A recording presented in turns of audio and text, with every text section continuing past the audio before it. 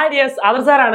ഇന്ന് നമ്മൾ consumer rights and protection ഉപഭോക്താവ് അവകാശങ്ങളും സംരക്ഷണവും എന്ന് പറഞ്ഞ ചാപ്റ്റർ വളരെ കുറഞ്ഞ സമയത്ത് നമ്മൾ പഠിക്കാൻ പോവാണ്. അപ്പോൾ എന്ത് ചെയ്യാം, നിങ്ങൾ അവസാനം വരെ വീഡിയോ കാണുക, നിങ്ങളെ കൂട്ടുകാർക്ക് ഒന്ന് ഷെയർ ചെയ്ത് കൊടുക്കുക. എക്സാം ഒക്കെ അടുത്ത് വരികയാണ്. അപ്പോൾ നമുക്ക് എന്ത് ചെയ്യണം, ഓരോ ചാപ്റ്ററും എന്താണെന്ന് മനസ്സിലാക്കേണ്ടത് അത്യാവശ്യമാണ്. അതുകൊണ്ട് തന്നെ നമ്മൾ എന്ത് ചെയ്യണം, വളരെ കുറഞ്ഞ സമയത്തിൽ മക്കൾക്ക് വേണ്ടിയിട്ട് ഈ ചാപ്റ്ററുകൾ പറഞ്ഞുതരാൻ പോവാണ്.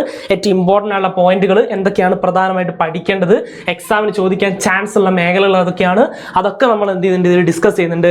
അപ്പോൾ അടിപൊളിയായിട്ട് നിങ്ങൾ എന്ത് ചെയ്യുക, ഉഷാറായിട്ട് കാണാം. ഓക്കെ, നമുക്ക് നേരെ കാര്യത്തിലേക്ക് പോവാം. ഓക്കെ, അപ്പോൾ ആദ്യം തന്നെ നമുക്ക് അതിൽ പഠിക്കാനുള്ളത് കൺസ്യൂമർ ആരാണ്, ഉപഭോക്താവ് എന്ന് പറഞ്ഞത് ആരാണെന്നുള്ളതാണ് നമ്മൾ ആദ്യം പഠിക്കുന്ന കാര്യം അല്ലേ. അതാണ് ഏറ്റവും പ്രധാനപ്പെട്ട ഒരു point. A consumer is one who pay and uses goods and service for a price അല്ലേ. എന്താ സംഭവം, ഒരു ഉപഭോക്താവ് എന്നത് ഒരു വിലയ്ക്ക് സാധനങ്ങളോ അല്ലെങ്കിൽ സേവനങ്ങളോ വാങ്ങിയിട്ട് അത് ഉപയോഗിക്കുകയും ചെയ്യുന്ന ആളെയാണ് നമ്മൾ എന്ത് പറയുക, ഉപഭോക്താവ്, കൺസ്യൂമർ എന്ന് നമ്മൾ പറയാം. ഇത് കൃത്യമായിട്ടൊന്ന് മനസ്സിലാക്കി വെക്കുക.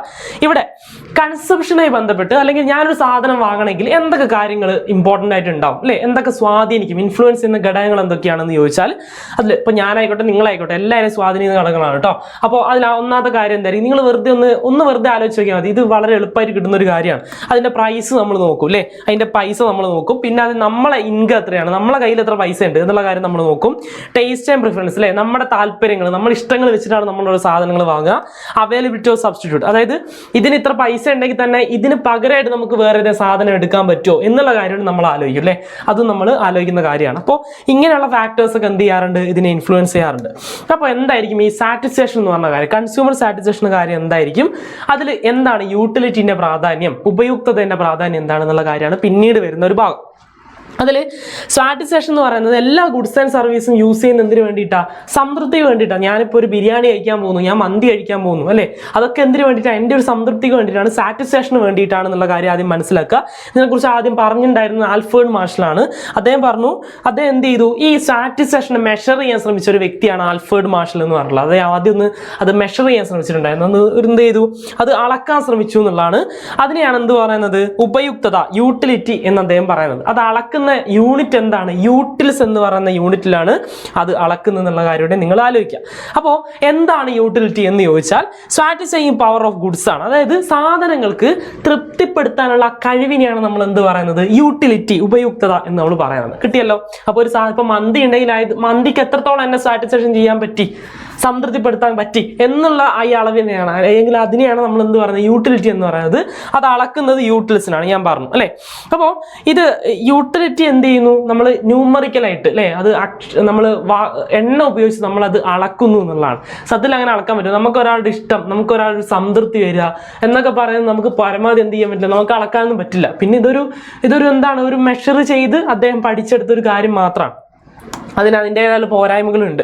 ടോട്ടൽ യൂട്ടിലിറ്റി എന്ന് പറയുമ്പോൾ നമ്മൾ മൊത്തം എത്രത്തോളം നമ്മൾ സാറ്റിസ്ഫാക്ഷൻ ചെയ്യാൻ വേണ്ടി സാധനങ്ങൾ ഉപയോഗിച്ചു എന്നുള്ളതിനാണ് നമ്മൾ എന്ത് പറയുന്നത്, മൊത്തം ഉൽപ്പന്നം, മൊത്തം യൂട്ടിലിറ്റി എന്ന് നമ്മൾ പറയുന്നത്. അതായത് ഒരു ഉൽപ്പന്നത്തിൻ്റെ യൂണിറ്റുകൾ ഉപയോഗിക്കുന്നതിലൂടെ നമുക്ക് ലഭിക്കുന്ന ആകെ സംതൃപ്തി, മൊത്തത്തിലുള്ള സംതൃപ്തിനെയാണ് നമ്മൾ എന്ത് പറയുക, നമ്മൾ മൊത്തം യൂട്ടിലിറ്റി അല്ലെങ്കിൽ ടോട്ടൽ യൂട്ടിലിറ്റി എന്ന് പറയാം. അതായത് നമ്മൾ ഇപ്പോൾ അവിടെ നിങ്ങൾക്ക് ടെക്സ്റ്റ് ബുക്ക് തന്നെ ഒരു എക്സാമ്പിൾ കൊടുത്തിട്ടുണ്ട്. ഒരു ഓറഞ്ച് കഴിക്കുന്നു, അതിൽ മൊത്തം ഉപയോഗത്തിൽ എത്രയാണ് അല്ലെ, ടോട്ടൽ യൂട്ടിലിറ്റി കൊടുത്തിട്ടുണ്ട്. വീണ്ടും നമ്മൾ ഓരോ ഓറഞ്ചുകൾ കഴിക്കുന്നു അല്ലെ, രണ്ടാമതും കഴിക്കുന്നു, മൂന്നാമതും കഴിക്കുന്നു. അപ്പോൾ ഒക്കെ നമുക്ക് കിട്ടുന്ന ടോട്ടൽ യൂട്ടിലിറ്റി ഉണ്ട്, അതിന്റെ ആകെ തുക. അവിടെ തന്നെയാണ് എന്ത് വരുന്നത്, മാർജിനൽ യൂട്ടിലിറ്റി വരുന്നത്. അപ്പോൾ ടോട്ടൽ യൂട്ടിലിറ്റി നിങ്ങൾക്ക് കണ്ടറിയാം, അതിങ്ങനെ കൂടി വരുന്നതായിട്ട് കാണാൻ പറ്റില്ല, അതിങ്ങനെ കൂടിക്കൊണ്ടിരിക്കുന്ന കാണാൻ പറ്റും. എന്നാൽ മാർജിനൽ യൂട്ടിലിറ്റി എന്ത് ചെയ്യുന്നുണ്ടാവും, അത് കുറയുന്നുണ്ടാവും അല്ലേ, അത് കുറഞ്ഞു പോകുന്നത് കാണാൻ പറ്റും. എന്തുകൊണ്ടാണ് കുറഞ്ഞു പോകുന്നത്, ഇപ്പം നിങ്ങൾ ഒരു പ്രാവശ്യം ബിരിയാണി കഴിച്ചു കേട്ടോ, ഇപ്പം നിങ്ങൾ ബിരിയാണി കഴിച്ചു, അത് കഴിഞ്ഞിട്ട് കുറച്ച് ഒരു 5 മിനിറ്റ് വീണ്ടും നിങ്ങൾക്ക് ഒരു ബിരിയാണി കൊടുത്തിട്ടാണ്, അത് നിങ്ങൾ കഴിച്ചു എന്ന് വിചാരിക്കുക. പിന്നെ നിങ്ങൾക്ക് ഒരു ബിരിയാണി അവിടെ തന്നു, നിങ്ങൾക്ക് അത് ഇഷ്ടപ്പെടുവോ, മൂന്നാമത് നിങ്ങൾക്ക് കഴിക്കാനൊക്കെ തോന്നുമോ അല്ലേ. ചിലപ്പോൾ നിങ്ങൾ അവിടെ കുറച്ചൊക്കെ തിന്നിട്ട് അവിടെ ബാക്കി വെക്കും അല്ലേ. അപ്പോൾ അതെന്ത് ചെയ്യുന്നുണ്ട്, അതിങ്ങനെ കുറഞ്ഞു വരുന്നുണ്ട്, ആ സംതൃപ്തി കുറഞ്ഞു വരുന്നതായിട്ട് നിങ്ങൾക്ക് കാണാൻ പറ്റും. അതിനെയാണ് മാർജിനൽ യൂട്ടിലിറ്റി എന്ന് പറയുന്നത്. അതായത് ഒരു യൂണിറ്റ് കൂടി ഉപയോഗിക്കുന്നതിലൂടെ ലഭിക്കുന്ന അധിക ഉപയുക്തതയാണ് നമ്മൾ എന്ത് പറയുക, സീമാന്ത ഉപയുക്തത എന്ന് പറയാം. അതായത് ആദ്യം നമ്മളൊരു ബിരിയാണി കഴിച്ചു, രണ്ടാമതൊരു ബിരിയാണി കഴിച്ചു, പക്ഷെ അതിനെന്ത് കിട്ടിയില്ല, യൂട്ടിലിറ്റി വളരെ കുറവായിരിക്കും. മൂന്നാമത് ബിരിയാണി കഴിയുമ്പോൾ എന്താണ്, സംതൃപ്തി പിന്നെയും കുറഞ്ഞു, യൂട്ടിലിറ്റി കുറഞ്ഞു. അപ്പോൾ ആ ഒരു അധികം കിട്ടുന്ന ആ യൂട്ടിലിറ്റിയെ നമ്മൾ എഴുതുന്നതാണ് മാർജിനൽ യൂട്ടിലിറ്റി എന്ന് പറയുന്നത്. അത് കുറഞ്ഞു പോവുകയാണ് ചെയ്യുക. അത് ഉറപ്പായിട്ടും കുറഞ്ഞു പോവുകയാണ് ചെയ്യുക. നമുക്ക് അറിയുന്ന കാര്യമാണ്. ഓക്കെ, ഇനി അപചയ സീമാന്ത ഉപയുക്തത എന്ന് പറയുമ്പോൾ അതെന്താണെന്ന് വെച്ചാൽ MU കൂടുന്ന സമയത്ത് എന്ത് കുറയുന്നു? ഉപഭോഗം കൂടുന്നതനുസരിച്ച് MU എന്ത് ചെയ്യുന്നു? കുറയുന്നു അല്ലെ? എന്ത് ചെയ്യുന്നു? നമ്മൾ കൺസപ്ഷൻ കൂടുന്നതനുസരിച്ച് ഈ മാർജിൻ യൂട്ടിലിറ്റി എന്ത് ചെയ്യുന്നു? കുറയുന്നു. അതിനെയാണ് നമ്മൾ എന്ത് പറയുക? ലോ ഓഫ് ഡിമിനിഷിങ് യൂട്ടിലിറ്റി എന്ന് നമ്മൾ പറയാം. അപചയ സീമാന്ത ഉപയുക്തത എന്ന് നമ്മൾ പറയാം. അതും കൂടെ എന്ത് ചെയ്യുക? ഒന്ന് പഠിച്ചു വെക്കുക. ഇനി ഇതിന്റെ കുറച്ച് അസംഷൻസ്, അനുമാനങ്ങൾ എന്തൊക്കെയാണെന്ന് വെച്ചാൽ എന്തായിരിക്കണം? ഇത് ഇങ്ങനെ ഒരു തിയറി നടക്കണമെങ്കിലുള്ള കാര്യങ്ങളാണ്. ഇങ്ങനെ ഒരു തിയറി നടക്കണമെങ്കിൽ എന്തുണ്ടാവണം? ഗുഡ്സ് ഓഫ് സെയിം ക്വാളിറ്റി അല്ലേ? ഒരേ ഗുണനിലവാരമുള്ള സാധനങ്ങളായിരിക്കണം നമ്മൾ ഉപയോഗിക്കേണ്ടത്. ഇപ്പോൾ ഒരു ഓറഞ്ച് നല്ലത് അടുത്ത ഓറഞ്ച് കട്ടതൊന്നും ആവരുത്. ഈ ഓറഞ്ചിന്റെ അതേ ഗുണനിലവാരമുള്ള ഓറഞ്ച് ആയിരിക്കണം അടുത്ത് നമ്മൾ എടുക്കേണ്ടത്. അങ്ങനെ ഓക്കെ. അതുപോലെ തന്നെ എന്ത് ചെയ്യരുത്? നമ്മൾ ഇൻകത്തിലോ നമ്മുടെ ടേസ്റ്റിലോ എന്ത് ചെയ്യരുത്? വ്യത്യാസം വരരുത് അല്ലേ? നമ്മളെ വരുമാനത്തിലോ നമ്മുടെ താല്പര്യത്തിലോ എന്ത് ചെയ്യരുത്? വ്യത്യാസങ്ങൾ വരരുത്. ഇതൊക്കെയാണ് എന്ത് എന്ന് പറയുന്നത്? ഇതിന്റെ അസംഷൻസ്, അനുമാനങ്ങൾ എന്ന് പറയുന്നത്. മാത്രമല്ല നമുക്ക് എന്ത് ചെയ്യാൻ പറ്റില്ല? ഉപയുക്തത നമുക്ക് കൃത്യമായിട്ട് അളക്കാൻ കഴിയില്ല. അതിന് നമ്മളിതൊക്കെ ഒരു എന്താ പറയുക, ഒരു ആവറേജ് ആയിട്ട് നമ്മൾ കണക്കാക്കുന്ന മാത്രമായിട്ടുള്ള ഒരു സാധനം മാത്രമാണ്.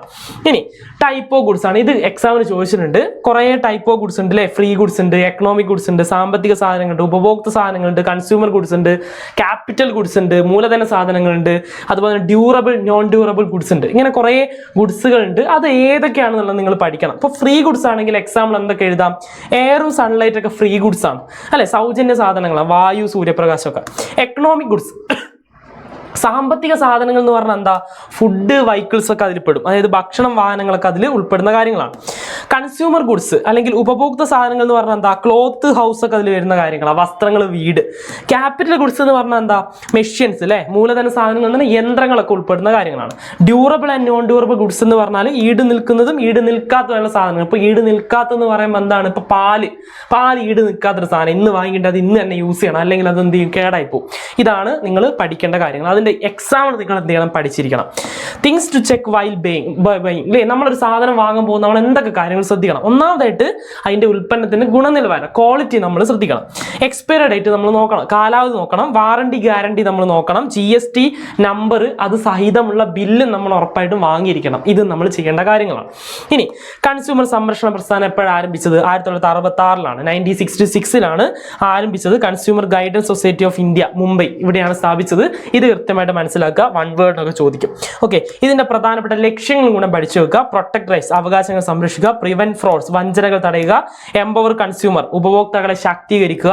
എൻഷ്യൂർ ഫെയർ അഡ്വർടൈസ്മെന്റ്, ന്യായമായ പരസ്യങ്ങൾ എന്ത് ചെയ്യുക? ഉറപ്പാക്കുക. അതായത് തെറ്റായിട്ടുള്ള പരസ്യങ്ങളൊക്കെ കൊടുക്കുന്നത് നിർത്തലാക്കുക. അതൊക്കെയായിരുന്നു പ്രധാനപ്പെട്ട ലക്ഷ്യങ്ങൾ. ഇനി ഉപഭോക്തൃ സംരക്ഷണ നിയമങ്ങളെ കുറിച്ച് പഠിക്കണം. കൺസ്യൂമർ പ്രൊട്ടക്ഷൻ ആക്ട് ആണ് നെക്സ്റ്റ് ഒരു ഭാഗമായിട്ട് വരുന്നത്. അതിൽ ആദ്യത്തെ ആക്ട് എന്ന് പറയുന്നത് മറന്നു പോരുത്. ഇത് ചോദിച്ചിട്ടുണ്ട്, റിപ്പീറ്റ് ആയിട്ട് ചോദിച്ചിട്ടുണ്ട്. 1986 ഇത് വൺ വേർഡ് ആയിട്ട് ഇങ്ങനെ ചോദിക്കും. അത്രയും പ്രാധാന്യമുള്ള ഒരു മേഖലയാണ്. അപ്പോൾ 1986 കൺസ്യൂമർ റൈറ്റ്സ്, കൺസ്യൂമർ കോഡ്സ് ഒക്കെ എന്ത് ചെയ്യുന്നത്? നിലവിൽ വരുന്നത്. ഇതിനെ റീപ്ലേസ് ചെയ്തുകൊണ്ടാണ് എന്ത് വരുന്നത്? 2019 ആക്ട് വരുന്നത്. ഓക്കെ, അപ്പോൾ അതിലെന്തൊക്കെയാണ് വരുന്നത് വെച്ചാൽ ഇ-കോമേഴ്സ് ഒക്കെ എന്ത് ചെയ്തു? അതിൽ ആഡ് ചെയ്തു. മിസ്ലീഡിങ് ആഡ്സ് ബാൻഡ്, അതായത് മിസ്ലീഡ് ചെയ്യുന്ന, തെറ്റിദ്ധരിപ്പിക്കുന്ന ആഡുകളൊക്കെ എന്ത് ചെയ്തു? പരസ്യങ്ങളൊക്കെ നിർത്തലാക്കാൻ വേണ്ടിയുള്ള നിയമങ്ങളൊക്കെ ഇതിൽ ഉൾക്കൊണ്ടു എന്നുള്ളതാണ്. അപ്പോൾ 1956 ആക്ടിനെ റീപ്ലേസ് ചെയ്തുകൊണ്ടാണ് എന്ത് വരുന്നത്? 2019 ആക്ട് വരുന്നതുള്ള കാര്യം ആലോചിക്കുക. അതുപോലെ തന്നെ കൺസ്യൂമർ റൈറ്റ്സ് എന്ത് ചെയ്യുക? നിങ്ങൾ പഠിക്കുക. എന്തൊക്കെയാണ് റൈറ്റ്സ് വരുന്നത്? റൈറ്റ് ടു സേഫ്റ്റി അല്ലേ? സുരക്ഷയ്ക്കുള്ള അവകാശമുണ്ട്. റൈറ്റ് ടു ചൂസ്, തിരഞ്ഞെടുക്കാനുള്ള അവകാശമുണ്ട്. നമുക്കൊരു സാധനം നമുക്ക് തിരഞ്ഞെടുക്കാം. റൈറ്റ് ടു, ആ സാധനത്തെ കുറിച്ച് അറിയാനുള്ള അവകാശം നമുക്കുണ്ട്. റൈറ്റ് ടു റീഡ്രസൽ, പരിഹാരം തേടാനുള്ള അവകാശം നമുക്കുണ്ട്. റൈറ്റ് ടു കൺസ്യൂമർ എഡ്യൂക്കേഷൻ, ഉപഭോക്തൃ വിദ്യാഭ്യാസമുള്ള അവകാശം നമുക്കുണ്ട്. ഇത്രയും കാര്യങ്ങൾ നമുക്കുള്ളതാണ്. ഇനി കൺസ്യൂമർ കോഡ്സ് ആണ് അതിൽ ഏറ്റവും ഇമ്പോർട്ടൻ്റ് ആയുള്ള ഭാഗം. കൺസ്യൂമർ കോഡ്സ് എന്താണ്? നമുക്കറിയാം 3 ലെവലിൽ നിൽക്കുന്ന ഒരു കാര്യമാണ്. ഏറ്റവും അടിയിലുള്ളത് ഡിസ്ട്രിക്ട് ആണ് അല്ലേ? അതായത് ജില്ലാ ഉപഭോക്തൃ തർക്ക പരിഹാര കോടതിയാണ്. അത് 1 കോടി രൂപ വരെയുള്ള എന്താ പറയുക നഷ്ടപരിഹാര കേസുകളാണ് അവിടെ എന്ത് ചെയ്യുന്നത്? അവിടെ എടുക്കുന്നത്. പിന്നുള്ളത് സ്റ്റേറ്റ് ആണ് അല്ലേ? സംസ്ഥാന ഉപഭോക്തൃ തർക്ക പരിഹാര കമ്മീഷൻ. അവിടെ 1 കോടി മുതൽ 10 കോടി വരെയാണ് അവിടെ നഷ്ടപരിഹാര കേസുകൾ എടുക്കുന്നത്. പിന്നെ ഉള്ളത് നാഷണൽ ആണ്, ദേശീയ ഉപഭോക്തൃ തർക്ക പരിഹാര കമ്മീഷനാണ്. അവിടെ 10 കോടിക്ക് മുകളിലുള്ള നഷ്ടപരിഹാരമാണെങ്കിൽ ഇവിടെയാണ് എടുക്കുക. ഏറ്റവും മുകളിൽ എന്ത് വരുന്നു? സുപ്രീം കോടതി വരുന്നു അല്ലെ? സുപ്രീം കോർട്ട് വരുന്നു. അത് കൃത്യമായിട്ട് പഠിക്കാം. ഇനി കോമൺ ഫ്രോഡ്സ് ഏതൊക്കെയാണ് ഇതും ചോദിച്ചിട്ടുണ്ട്, ഇതും ചോദിക്കാനുണ്ട് റിപ്പീറ്റ് ആയിട്ട്. ചില കഥകളൊക്കെ തന്നിട്ട് ചെറിയൊരു പാരഗ്രാഫ് തന്നിട്ട് അതിൽ നിന്ന് എന്ത് ചെയ്യും നിങ്ങളോട് പരിഹാരം തേടാൻ വേണ്ടിയിട്ടാണ് പറയുക. ഇപ്പോൾ ഒന്നാമത്തെ എഡ്യൂക്കേഷൻ ഫ്രോഡാണ്. അത് എന്ത് ചെയ്യാണ് നമുക്ക് എവിടെയാണ് പരിഹാരം തേടാൻ പറ്റുക? UGC, AICTE, കൺസ്യൂമർ കോർട്ട് ഇവിടെങ്ങളിലൊക്കെ നമുക്ക് എന്ത് ചെയ്യാൻ പറ്റും, നമുക്ക് പരിഹാരം തേടാൻ പറ്റും. ഇപ്പോൾ ഹെൽത്ത് ഫ്രോഡ്സ് ആണെങ്കിൽ ആരോഗ്യ സംരക്ഷണ തട്ടിപ്പാണെങ്കിൽ ആദ്യം നമുക്ക് എന്ത് ചെയ്യാം, നമുക്ക് മെഡിക്കൽ കൗൺസിൽ ഓഫ് ഇന്ത്യയെ നമുക്ക് എന്ത് ചെയ്യാൻ പറ്റും, അപ്രോച്ച് ചെയ്യാൻ പറ്റും. പിന്നെ ഡിസ്ട്രിക്ട് കൺസ്യൂമർ ഫോറം അല്ലേ, ജില്ലാ ഉപഭോക്തൃ ഫോറത്തിൽ നമുക്ക് എന്ത് ചെയ്യാൻ പറ്റും, നമുക്കിത് പരിഹാരം കാണാൻ വേണ്ടി പോകാൻ പറ്റും. ജോബ് അബ്രോഡ് സ്കാം ആണെങ്കിൽ വിദേശത്തൊക്കെ ജോലി തട്ടിപ്പുകളാണെങ്കിൽ നമുക്ക് വിദേശകാര്യ മന്ത്രാലയത്തിനെ report ministry of external affairs അവിടെ നമുക്ക് എന്ത് ചെയ്യാൻ പറ്റും, നമുക്ക് പരിഹാരം തേടാൻ പറ്റും. പ്രൊട്ടക്ടർ എമിഗ്രൻസ് അല്ലേ, ഉപഭോക്തൃ കോടതികളിൽ നമുക്ക് എന്ത് ചെയ്യാൻ പറ്റും, നമുക്ക് റിപ്പോർട്ട് ചെയ്യാൻ പറ്റും. പിന്നെന്താ ഓൺലൈൻ ഫ്രോഡ്സ് ആണെങ്കിൽ നമുക്ക് സൈബർ ക്രൈം പോർട്ടൽ ഉണ്ട്, സൈബർ ക്രൈമിന്റെ ഒരു പോർട്ടലൊക്കെ നമുക്ക് രജിസ്റ്റർ ചെയ്തിടാൻ പറ്റും. ഹെൽപ്പ് ലൈൻ നമ്പറൊക്കെ ഉണ്ട്, കൺസ്യൂമറിന്റെ ഹെൽപ്പ് ലൈൻ നമ്പറൊക്കെ ഉണ്ട്, അതിലൊക്കെ നമുക്ക് ബന്ധപ്പെട്ട് കഴിഞ്ഞാൽ നമുക്ക് എന്ത് ചെയ്യാൻ പറ്റും, പരിഹാരം നേടാൻ പറ്റും. ബാങ്കിങ് ഫ്രോഡ്സ് ആണെങ്കിൽ റിസർവ് ബാങ്കിന്റെ ആദ്യം ബാങ്കിൽ നമ്മൾ പരാതി കൊടുക്കുക, അതിൽ നിന്ന് വലിയ ഒരു റീപ്ലൈ ഒന്നും ഇല്ലെങ്കിൽ നമുക്ക് എന്ത് ചെയ്യാം, റിസർവ് ബാങ്ക് ഓഫ് ഇന്ത്യയുടെ ഓംബുഡ്സ്മാനെ നമുക്ക് എന്ത് ചെയ്യാം, നേരിട്ട് നമുക്ക് കത്ത് വഴിയോ അല്ലെങ്കിൽ മെയിൽ വഴിയോ ഒക്കെ നമുക്ക് പരാതി കൊടുക്കാവുന്നതാണ്. ഉപഭോക്തൃ ഫോറത്തിലോ നമുക്ക് അല്ലെങ്കിൽ പരാതി കൊടുക്കാം. ഇനി എങ്ങനെയാണ് കംപ്ലൈന്റ് ഫയൽ ചെയ്യാന്ന് ചോദിച്ചാൽ ആദ്യം നമുക്ക് എന്ത് ചെയ്യാം, ഒരു പ്ലെയിൻ പേപ്പർ വെള്ള കടലാസിൽ എന്ത് ചെയ്യുക, നമ്മൾ പരാതി എഴുതുക, നമ്മുടെ തെളിവുകളായിട്ടുള്ള ബില്ലുകൾ കാര്യങ്ങളൊക്കെ നമ്മൾ അറ്റാച്ച് ചെയ്ത് കൊടുക്കുക, ഉപഭോക്തൃ കോടതിയിൽ സമർപ്പിക്കുക. ഇത്രയും ചെയ്യേണ്ട കാര്യമുള്ളൂ, അത് കൃത്യമായിട്ട് എന്ത് ചെയ്യാൻ മനസ്സിലാക്കുക. ഇനി ക്വാളിറ്റി സിമ്പിൾസ് ഏതൊക്കെയാണുള്ളത്? ISI mark, Agmark, FSI അല്ലേ, ഇത് മൂന്നുണ്ട്, ഇത് കൃത്യമായിട്ട് പഠിക്കുക. അപ്പോൾ ISI മാർക്ക് ആണെങ്കിൽ വ്യവസായ ഉൽപ്പന്നങ്ങളാണ്, ഇൻഡസ്ട്രിയൽ പ്രോഡക്റ്റ് ആണ്. അഗ് മാർക്ക് ആണെങ്കിൽ അഗ്രികൾച്ചർ പ്രോഡക്റ്റിന് വേണ്ടി യൂസ് ചെയ്യുന്നതാണ്. FSI ആണെങ്കിൽ എന്താണ്, ഫുഡ് സേഫ്റ്റിയായിട്ട് ബന്ധപ്പെട്ടാണ്, അതായത് ഭക്ഷണ സംരക്ഷണവുമായി ബന്ധപ്പെട്ട അല്ലെങ്കിൽ ഭക്ഷണക്രമവുമായിട്ട് ബന്ധപ്പെട്ട അല്ലെ ഭക്ഷ്യ സുരക്ഷയുമായി ബന്ധപ്പെട്ട കാര്യങ്ങളിലാണ് FSI ഉള്ളത്, FSSAI ആയിട്ടോ. ഇനി കൺസ്യൂമർ അവയർനെസ് ആൻഡ് എഡ്യൂക്കേഷൻ, ഉപഭോക്തൃ വിദ്യാഭ്യാസം ഇമ്പോർട്ടൻ്റ് ആയിട്ടുള്ള ഭാഗമാണ്, എക്സാമിന് ഉറപ്പായിട്ടും ചോദിക്കുന്ന ഒരു ഭാഗമാണ്, ഉറപ്പായിട്ടും പഠിച്ചു വെക്കുക. Reasons for cheating, carelessness and ignorance എന്താണ്? നമ്മൾ ആദ്യം ഈ ഉപഭോക്തൃ വിദ്യാഭ്യാസം എന്ന് പറയുമ്പോൾ നമ്മൾ പലതരത്തിൽ വഞ്ചിക്കപ്പെടാറുണ്ട്, നമ്മൾ തന്നെ നമ്മുടെ അശ്രദ്ധ കൊണ്ട് എന്ത് ചെയ്യാറുണ്ട്, വഞ്ചിക്കപ്പെടാറുണ്ട്. ഇതൊക്കെ മാറ്റാൻ വേണ്ടിയിട്ടാണ് എന്ത് കൊണ്ടുവരുന്നത്, ഉപഭോക്തൃ വിദ്യാഭ്യാസം കൊണ്ടുവരുന്നത്. അപ്പോൾ ഒരു സാധനം വാങ്ങാൻ പോകുമ്പോൾ നമ്മൾ എന്തൊക്കെ ശ്രദ്ധിക്കണം, അതിൽ പറ്റിക്കപ്പെട്ട് കഴിഞ്ഞാൽ നമ്മൾ എന്തൊക്കെ ചെയ്യണം എന്നുള്ള കാര്യങ്ങളൊക്കെ എന്ത് ചെയ്യുന്നുണ്ട്, ഉപഭോക്തൃ വിദ്യാഭ്യാസം നമുക്ക് പറഞ്ഞു തരുന്നുണ്ട്. എന്തൊക്കെയാണെന്ന് വെച്ചാൽ ഇതിന്റെ പ്രധാനപ്പെട്ട ലക്ഷ്യങ്ങൾ എന്തൊക്കെയാണെന്ന് വെച്ചാൽ പ്രൊട്ടക്ട് റൈറ്റ്സ് അല്ലെ, അവകാശങ്ങൾ സംരക്ഷിക്കുക, എൻഷുർ സേഫ്റ്റി ഇൻ ട്രേഡ്, വ്യാപാരത്തിന്റെ സുരക്ഷ ഉറപ്പാക്കുക, പ്രൊമോട്ട് കൺസ്യൂമർ ജസ്റ്റിസ്, ഉപഭോക്തൃ നീതി പ്രോത്സാഹിപ്പിക്കുക, അവയർനെസ് അഗെയിൻസ്റ്റ് ഫ്രോഡ്സ്, വഞ്ചനയ്ക്കെതിരെയുള്ള അവബോധം സൃഷ്ടിക്കുക. ഇത്രയും കാര്യങ്ങൾ എന്ത് ചെയ്യണം, നിങ്ങൾ പഠിച്ചിരിക്കണം, ഇമ്പോർട്ടൻ്റ് ആയിട്ടുള്ള ഭാഗങ്ങളാണ്. ഓക്കെ, അപ്പോൾ അടിപൊളിയായിട്ട് ഈ ചാപ്റ്റർ പഠിക്കുക. നമുക്ക് വീണ്ടും കാണാം. അതിന് മുമ്പേ ഒരു ചെറിയ കാര്യം കൂടി നിങ്ങളോട് പറയാനുണ്ട്. നമ്മുടെ ബാച്ചിന്റെ കാര്യമാണ്, 500 രൂപയുടെ ബാച്ചാണ്. അപ്പോൾ നിങ്ങൾക്ക് ഈ വരുന്ന ഇനിയും ഇമ്പോർട്ടൻ്റ് ആയിട്ടുള്ള കുറേ സബ്ജക്റ്റുകൾ വരുന്നുണ്ട് അല്ലേ, അപ്പോൾ അതൊക്കെ അതിൻ്റെ എല്ലാ സാധനങ്ങളും, അതായത് വൺ ഷോട്ടുകൾ, അതിൻ്റെ MRQ MEQ സീരീസ് ക്വസ്റ്റ്യൻസുകൾ, പ്രാക്ടീസ് ലെവൽ 1 ലെവൽ 2 ലെവൽ 3 ക്വസ്റ്റ്യൻസുകൾ, അത് മീഡിയം ഹാർഡ് ഈസി ലെവലിലെ ക്വസ്റ്റ്യൻസുകൾ, അതുപോലെ തന്നെ text book line by line, ഇതൊക്കെ നിങ്ങൾക്ക് ലഭിക്കണമെങ്കിൽ വെറും 500 രൂപ മാത്രമേ ഉള്ളൂ. അപ്പോൾ വേഗം, സമയം തീരെയല്ല, നിങ്ങൾ എന്ത് ചെയ്യുക, വേഗം തന്നെ എന്ത് ചെയ്യുക, പോയിട്ടൊന്ന് രജിസ്റ്റർ ചെയ്യുക. നിങ്ങൾക്ക് ഇതാ താഴെ കാണുന്ന നമ്പറിൽ ഒന്ന് നിങ്ങൾ കോൺടാക്ട് ചെയ്ത് നോക്കിയാൽ മതി, നിങ്ങൾക്ക് എന്ത് ചെയ്യാൻ പറ്റും, നിങ്ങൾക്ക് രജിസ്റ്റർ ചെയ്യാൻ പറ്റും. അതുപോലെ തന്നെ കമന്റ് ബോക്സിൽ നിങ്ങൾക്ക് ലിങ്ക് കാണാൻ പറ്റും, അതിൽ രജിസ്റ്റർ ചെയ്താൽ നിങ്ങൾക്ക് എന്ത് ചെയ്യാൻ പറ്റും, നിങ്ങൾ അതിൽ ജോയിൻ ചെയ്യാൻ പറ്റും. ഓക്കെ, അപ്പോൾ അടിപൊളിയായിട്ട് പഠിക്കുക. നമുക്ക് വീണ്ടും കാണാം. വീണ്ടും കാണുന്നവരേക്കും ബൈ.